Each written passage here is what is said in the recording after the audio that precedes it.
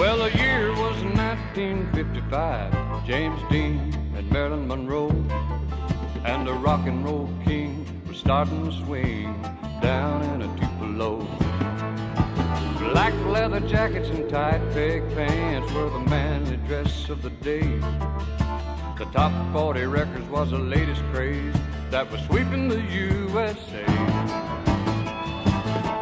But the big news in Tennemonk, Georgia, spread like a fire through the town.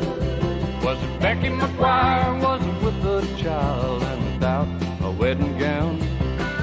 And the folks all turned and whispered, and you knew what was on their lips. Ah, who was the man that a Becky McGuire been with?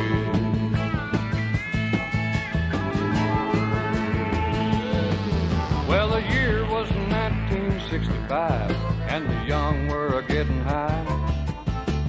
John and Paul, George and Ringo were setting the world on fire. It was flower power, beach and sandals, and people were reading the stars. And out in the streets they were marching for peace, saying we don't want no war. What is it good for?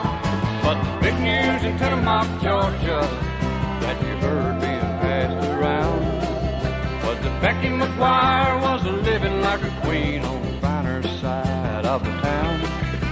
A shameless woman with a nameless child looking down from the top of the hill. And you could hear them all saying, I wonder who's paying to keep her secret still.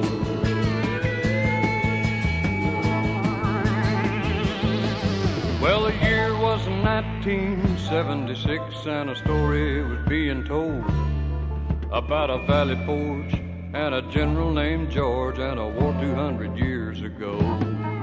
They were waving flags out on every corner, paying tribute to Freedom's Day. And the celebration stretched across the nation, happy birthday USA. But the big news in Tennemonk, Georgia, was Miss Becky McGuire had died. And clutched in her hand they found 3 faded letters dated May 1955. And each one read, I'm a-having your child, I hate to bring your good name down.